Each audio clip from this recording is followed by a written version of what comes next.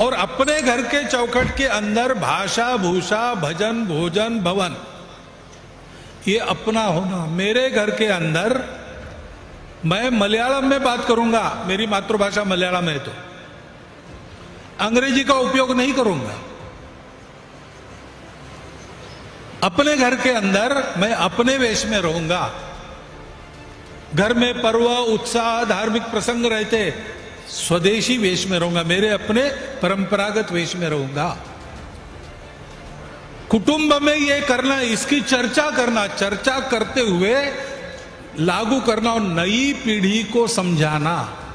कोणी म्हणतं इंग्लिश ही ज्ञान भाषा आहे, कोणी म्हणतं वाघिणीचं दूध आहे। मग सरसंघचालक का सांगतात की इंग्रजी बोलू नका? देशाचे पंतप्रधान टेलिप्रॉम्प्टर लावून इंग्रजी बोलतात, मग सामान्य लोकांनी म्हणजे हिंदूंनी इंग्रजी का बोलायची नाही?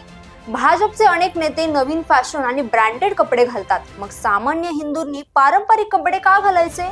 सरसंघचालकांना नेमका कसा भारत घडवायचा आहे की इथल्या हिंदूंना शिक्षणापासून दूर ठेवून नवीन जीवन पद्धतीपासून दूर ठेवून कथित मदरसे तयार करायचे आहेत का? सरसंघचालक मोहन भागवत यांच्या विधानाचा नेमका अर्थ काय, पाहुयात सविस्तर या व्हिडिओच्या माध्यमातून। नमस्कार, मी जान्हवी जाधव, मॅक्स महाराष्ट्रमध्ये आपलं स्वागत आहे। कोणी कुठली भाषा बोलावी किंवा शिकावी हा ज्याचा त्याचा प्रश्न आहे। भाषा व्यवहारात येण्याआधीही लोक देहबोलीतून संवाद साधतच होती, तेव्हा ही जगत होती। काळानुसार भाषा आली, शिक्षण आलं, नोकरी व्यवसाय आले, हळूहळू भाषेचं महत्व वाढत गेलं, लोकांमध्ये जागरूकता आली आणि भाषेला महत्व प्राप्त झालं। अलीकडच्या काळात तर भाषा ही काही जणांसाठी राजकारणाचा विषयही झाली आहे। जगाच्या कुठल्याही भाषेत धर्म नसतो, हे वैश्विक सत्य लक्षात घेण्याची गरज आहे। संवादासाठी भाषा आवश्यक आहेच, मात्र अमुक एका भाषेतून संवाद साधावा, तमुक भाषेतूनच बोलू नये हा आग्रह धरणं मुळात चुकीचं आहे। भारतीय घटनेनं प्रत्येकाला व्यक्त होण्याचा अधिकार दिलाय, त्यात कुठल्या भाषेतून व्यक्त व्हावं हा ज्याचा त्याचा अधिकार आहे। भाषा शिकल्याने कुठल्याही समाजाचं नुकसान होत नाही, त्यामुळे सरसकट हिंदूंनी इंग्रजीच बोलू नये हे सरसंघचालक मोहन भागवतांचं विधान म्हणजे अभिव्यक्ती स्वातंत्र्यावर नियंत्रण आणल्यासारखंच आहे। जगाच्या पातळीवर भाषेचा विचार केला तर इंग्रजी बोलणाऱ्यांची संख्या ही 135 कोटी आहे, तर दुसऱ्या क्रमांकाची भाषा म्हणून इंग्रजी बोलणाऱ्यांची संख्या ही अंदाजे 100 कोटी इतकी आहे। म्हणजे जगातील अंदाजे 7.8 अब्ज लोकांपैकी 235 कोटी लोक हे इंग्रजी बोलतात।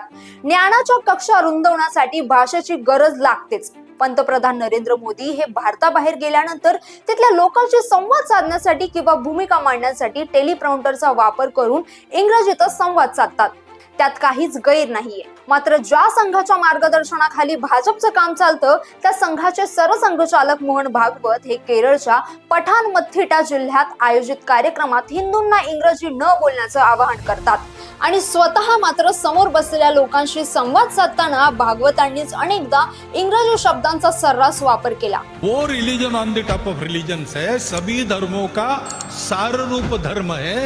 अंधभक्तांनी स्वतःला विश्वगुरु म्हणून घ्यायला सुरुवात केली आहे, मात्र त्यांच्या अपेक्षांचा फुगा नुकताच फुटला। बेकायदेशीररित्या अमेरिकेत राहणाऱ्या 104 भारतीयांना हातापायात बेड्या टाकून मोदींच्या मित्रानं अर्थात अमेरिकेचे राष्ट्राध्यक्ष डोनाल्ड ट्रम्प यांच्या सैनिकांनी भारतात आणून सोडलं।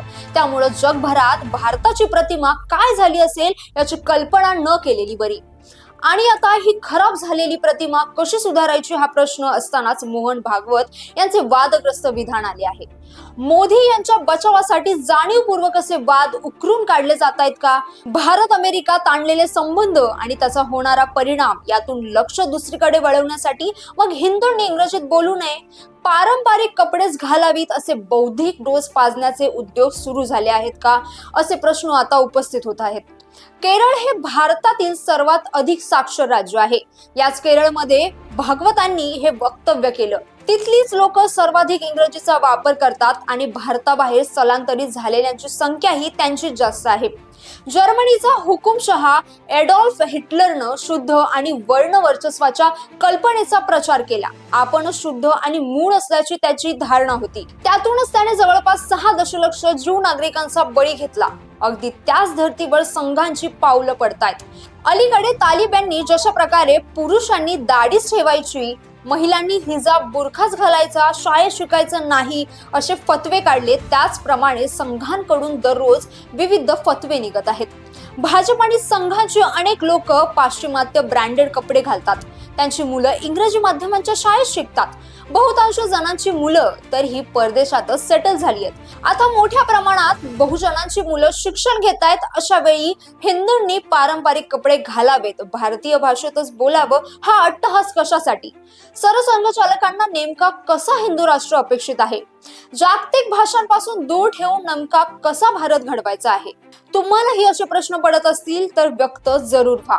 तुम्हाला हा व्हिडिओ कसा वाटला आणि तुम्हाला याबद्दल काय वाटतं आम्हाला नक्की कमेंट बॉक्समध्ये कळवा. आणि अशाच व्हिडिओसाठी मॅक्स महाराष्ट्राला फॉलो आणि सबस्क्राईब करायला विसरू नका. धन्यवाद.